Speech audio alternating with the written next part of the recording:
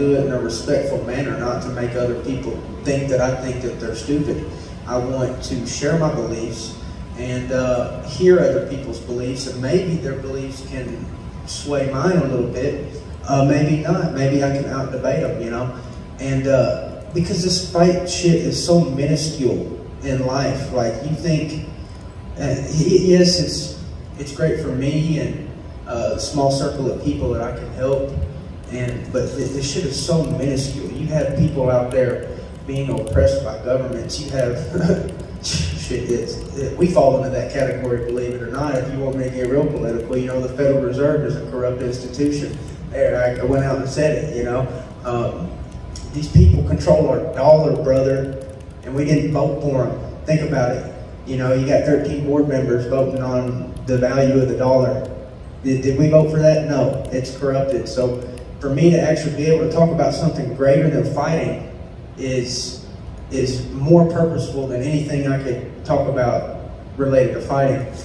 And yes, I'm grateful to be able to do that. And a lot of people say, oh, well, you're just you know, they say shut up and fight. You know what I mean? Well, you know what? If you don't want to hear that shit, turn off the TV and watch the fight. You don't got to watch my interviews. Just turn them off then. If you, instead of telling me to shut up, why don't you just stop listening? You know? Because there's a lot of people that agree with what I'm saying about some of my political views, and I'm happy to talk about them and debate about them. There was some wise dude way back in the day, either Socrates or Plato or Hippocrates or somebody, but he said, if you do not partake in your government, you will be ruled by people who are stupider than you. And that's what he said. Now, it was give or take a couple of words. Paraphrase. It's paraphrased. But if we, the people, do not choose and are not active in conversations about what's going on in our government, well, then these idiots are going to control everything we do and we won't have a say in it. So yeah, I'm political because these people control me. And if you want to tell me that I can't talk and I have to shut up and fight and I can't talk about... No, I'm controlled completely by the government. I'm controlled completely by the value of the dollar. Because I get paid in dollars, okay? I don't get paid in pure gold. I get paid in dollars. And so I have a say about, in my opinion, I have a say about political issues. So... Well, Saturday night, it'll be the minuscule part of your life that we'll be focusing on. I know you kind of said it's going to be bloody, it's going to be messy. I guess, is that what you're expecting when you play this thing out? Is this a back and forth, you know, kind of a brawling battle? Or is this a fight that maybe you can go in there and do something quick, surprise, and dominate? I don't know what's in store in the future, but I'm prepared for either. Bryce, yes, sir. This is your first fight under the Venom gear, right? Are they giving you your camo shorts? Yes, sir, I sure do. I got them, and I've really got to thank God, and I've got to thank Hunter Campbell, because you wouldn't believe the power of prayer, brother. About 3 weeks out from this fight, Hunter Campbell was saying, we can't do it. There ain't enough time. Their factories are shut down. My whole family was down on their knees praying. I was down on my knees praying. I had people in my inner circle praying. And then about 2 weeks out from the fight, or a week out, I called Hunter Campbell and I said, listen, brother, we can make this happen. I know we can. There's a guy in Nashville that can do it. And I said, you're missing out on a huge demographic. And Hunter Campbell, we were laughing and joking, and he said, you know what? Let me make some calls. I'm going to see what I can do. And it wasn't a guarantee, but after that phone call with Hunter Campbell, I knew that this is going to be able to happen. So I'm so blessed and I'm so happy. Thank you, Hunter Campbell. Thank you, Dana White. Thank you, Venom. And thank you for all the people that pulled these strings and got this shit done for me. What is the MMA scene in Arkansas right now? I know Ben Parrish made a bit of noise in Bellator. He got really popular. He obviously credited you for the scene. So what is the scene in MMA in Arkansas? Ben Parrish is like a brother from another mother. You know, great fighter, and we've known each other over the years. And really, the MMA community out there is pretty small, but kind of everybody knows each other. And you know, I care what those people think about me, and I think very highly of them. And it's you know, pretty cool to have that camaraderie amongst people, you know. Before his last fight, he said he was bringing his quote-unquote heavy hitters to the crowd with him, just in case there were crowd fights if he won. Are you bringing anyone with you to this fight? Sounds like I don't got to. It sounds like they're all showing up there. And them people ain't kidding, brother. I mean, there's, you know, people really support me back home.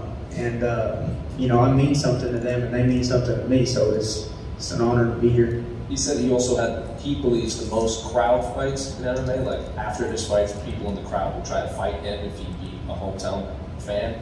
Have you fought anyone in the crowd after one of your fights? No, that's why I get the hell out of there. And he ain't kidding, brother. Yeah, we've seen the fights in the crowd. I've been looking. There was one time I was walking out of the lobby, and this whole storm of people, like 14, 15, I don't even know. There's a shit ton of people. Just like it was like a storm of people just goes past me, and they're throwing punches, they're biting and spitting and throwing, and it's just like boom, right in front of me. And that was at Minglewood Hall of Memphis. It's like the shit you see in this sport. Y'all probably wouldn't believe some of the shit that I've seen. You'd think I'm exaggerating.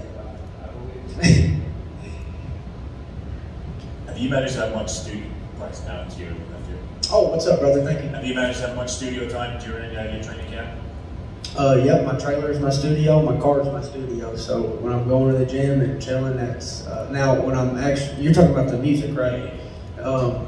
I do go to a guy named Kev, the Joker, and my buddy Dylan Johnson has also helped me out. But I very rarely go to the recording studio. I do most of my. It's kind of like the comparison of how much time I spend in the gym training to the amount of time in the cage. Like imagine the cage is the studio, like with the professionals, with Kev there editing. Most of the time it's training. It's in my trailer, in my car, when I'm by myself rapping. Working on that. So very little time is actually spent in the studio. And other than yourself, who do you think is the best rapper in the UFC or in MMA in general? I don't really know, and I don't like being compared to other UFC rappers because it's like, who cares? I don't want to be compared to a UFC rapper. I want people who don't even know shit about the UFC to recognize that I can rap. I don't want people to just say, oh, well, he's only good at rapping because he's been a successful fighter. I want people who know nothing about fighting or care nothing about fighting to be reached by my music. And that's the goal of it, is to connect with people. Regardless of if I take the UFC out of it, you know, I want my rap to reach people. Cheers, mate. Thank you. Thank you. Hey Bryce, just at the back over here, bro. What's up, brother? What's up, man? A lot of people think politics should stay out of sport, but considering you're not one of those people, I just wanted to get your thoughts on the whole Russia and Ukraine situation. You know, here's my first thought, is I'm not going nowhere to fight none of these wars for these politicians. I'm staying at home, and when the war comes to Arkansas, I will dig my boots in the ground, and I will die for everything I love, and I will not retreat. If this country's invaded, and everybody's saying, well, we gotta evacuate, we gotta leave, I will not. I will dig my boots in the Arkansas soil, and I will fight for the people that I love, for the land that I love, and the way of life that I love. But I'm not going overseas to fight. I don't know what's going on, to be honest, brother. I really don't. There's so much stuff, and I don't think nobody knows what's going on fully. There's been so much political corruption in that area. You got Biden and his son making a shit ton of money off of and using our tax dollars to bribe their people. That's treasonous, in my opinion. So you got Hunter Biden and his son using our tax dollars. Hey, if Ukrainian government, if you don't do this, we're taking your tax dollars. He shouldn't be giving our tax dollars to that country anyway. We got veterans out here sleeping on the street, and you're going to give our freaking tax dollars to these Ukrainians? And brother, I don't know what's going on over there, but I'm not going over there and fighting, and God bless anybody that's over there fighting, and I hope that this shit just gets solved. And man, I don't like war. You know what I mean? I don't want people dying and all that stuff. I don't want to be, but I don't know what's going on. There's so much stuff that I think that's corrupted that we just don't know what's truly going on over there. And I pray all those people are safe, and I don't want none of that. You know, I have no control over that shit, and I don't really know enough to talk about it too much. But thank you for asking. Thank you very much.